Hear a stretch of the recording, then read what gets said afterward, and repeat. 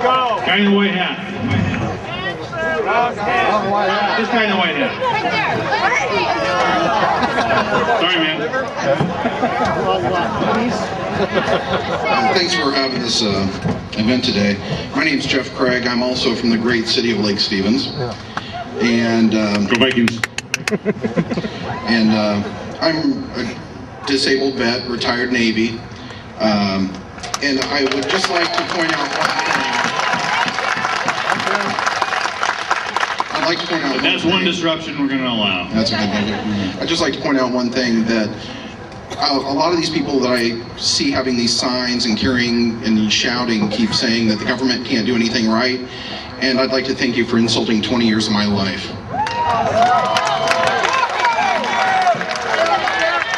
Because of the government helping out the average little guy like me.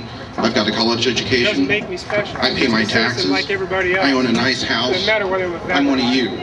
So please don't insult people by saying that the government can't do anything right. Because even though I make mistakes, I'm proof the government does do some things right. Now,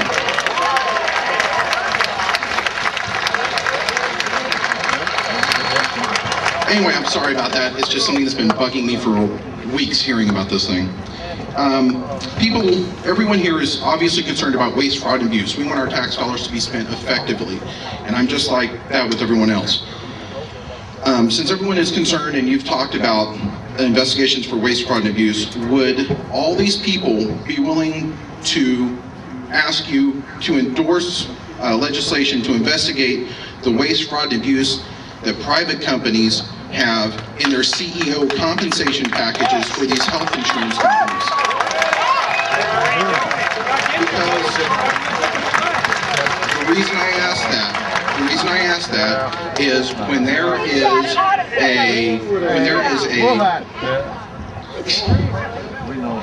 I find that this guy carrying the sign is trying to be shocking. I've seen worse than that in my career, unfortunately. The thing is that when the CEO of my health insurance company, United Healthcare, makes more in 1 hour of work than I make in 2 years of pulling 40-plus hour days or 40-plus hour weeks at my job, if he makes as much as I make in 2 years in 1 hour at his office, I'm sorry, I think that's a little bit extreme. Yeah, thanks. Thanks for your service. And thanks for your service. And let me, where'd you go? Oh yeah. Is there legislation, yes or no, on that very issue? You don't know? Okay, you don't know. Okay, great. Let me see if there is. What's that? I couldn't find it when I looked online. Okay, couldn't find it when you looked online. Let me see if there is, and I'll look into it, and I'd be actually inclined to support that. Thank you.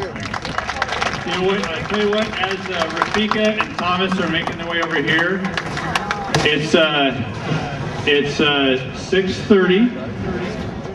And it's about time for a 7th inning stretch. All right. So I'm going to ask people to stand up and join me in the chorus of taking out the ball game. Ready? Take me out to the ball. Now, go Dogs and Cougars. Now, a lot of people don't trust the government.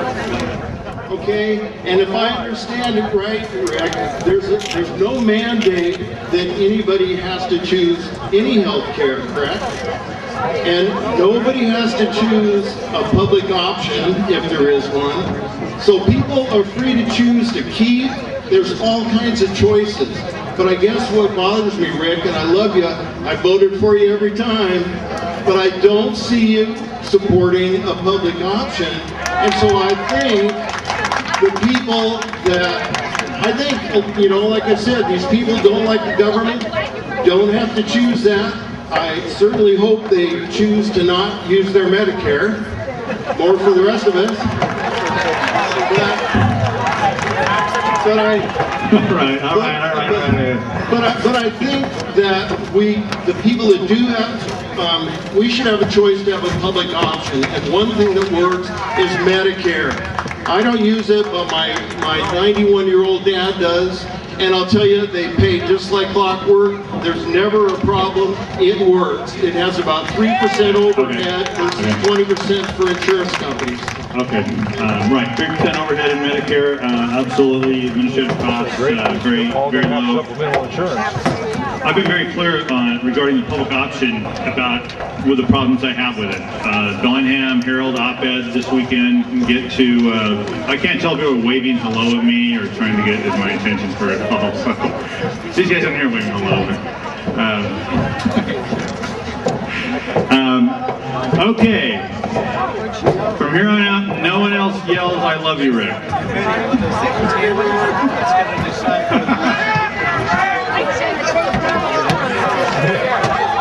That wouldn't be very nice.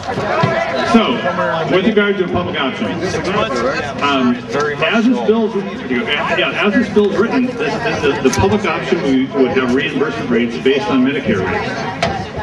Medicare rates right now for this state already result in an access to health care problem for seniors. This guy is standing right in front I don't think it's wise to migrate that problem over to the public option. Because if you do that, you end up with a public option that's available, say, in Washington State, but no providers who are willing to take those already miserably low reimbursement rates. And it becomes no option at all for people who have a public option. That's something that needs to get fixed. If there's going to be a public option in the bill, that has to get fixed. No, I'm trying to fix it. Okay, let's bring it down here. Right, we'll get a business question. Okay, good. And then we're going to move to the middle. Let's go to the middle.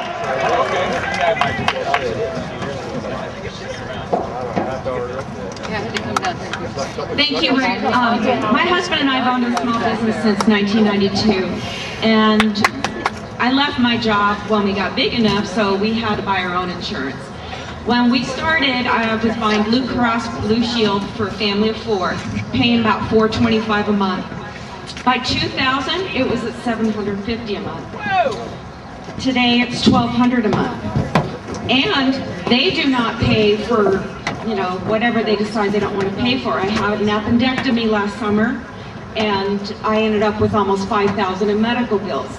So paying high premiums every month, and then on top of that, having to pay out bills constantly, it's a lot.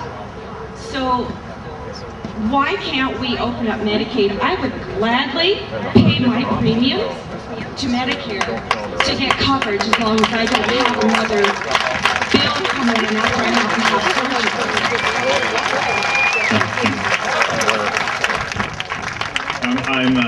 The people in the middle have been really patient. We're going to still move to the group in the middle here. It's a great question. It's a challenging question to me because the argument you're making is open up Medicare for everybody on unpaid premiums to participate in it, right? Oh, come on, dude. And well, the question would they make the pool bigger and then you can spread costs out. There are many ways to address the very issue that you're bringing up with. And someone said it sounds like insurance, but the point is there are many ways to address that issue.